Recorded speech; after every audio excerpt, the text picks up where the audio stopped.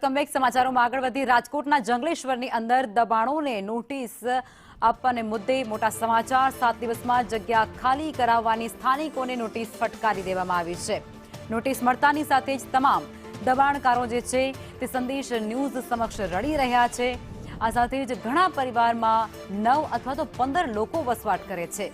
વિધવા બહેનો મજૂરી કામ કરી અને પોતાનું ગુજરાન ચલાવે છે, ત્યારે 7 દિવસમાં કેવી રીતે તે આ ઘરને ખાલી કરે તેવા પ્રશ્ન પણ તેઓ તંત્રને કરી રહ્યું છે।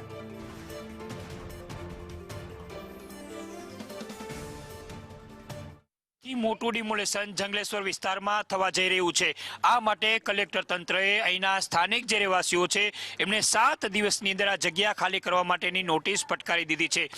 પૂર્વના મામલતદાર દ્વારા ગઈકાલે આખરી નોટિસની બજાવણી કરવામાં આવી છે અને જંગલેશ્વરમાં રહેતા લગભગ 4000 કરતાં વધુ પરિવારો છે તેમના માથેથી આશરો છીનવાઈ જાય એ પ્રકારની સ્થિતિ અત્યારે સર્જાઈ છે। આ તમામ લોકોના ચહેરા ઉપર દુઃખ અને આશંકાની સાથે અનેક સવાલો છે। આપણે જંગલેશ્વરના રહેવાસીઓને જ પૂછીએ કે તેમની પરિસ્થિતિ શું છે। શું નામ છે બેન તમારું, કેટલા વર્ષથી રહ્યો છો અને શું કહેશો? 70 વર્ષથી રહી છે। મારું નામ છે રૂબીના બેન કટકાઈ। અમે અહીંયા રહી છીએ। અમને નોટિસ આવી 1, 2, 3 આવી, પણ છેલ્લી નોટિસ આવી કે તમારે હવે 7 દિવસની અંદરમાં ખાલી કરવાનું છે। હવે 7 દિવસની અંદરમાં અમે ક્યાં જાય? અને અમે અહીંયા કેટલા વર્ષોથી આ રહી છીએ, 50 વર્ષની ઉપર રહી। અહીંયા 70 વર્ષથી રહી છીએ અમે અહીંયા। હું એકલી રહું છું। અમારું ગુજારું માન થાય છે। અમારા ઘરમાં કોઈ છે નહીં મારું કરવા વાળું, બરાબર। અમે 70 વર્ષથી રહી છીએ। વેરા બિલ, નલ બિલ બધું અમે ભરી છીએ। એ છતાંય અમને આવો કેમ ત્રાસ આપે છે સરકાર?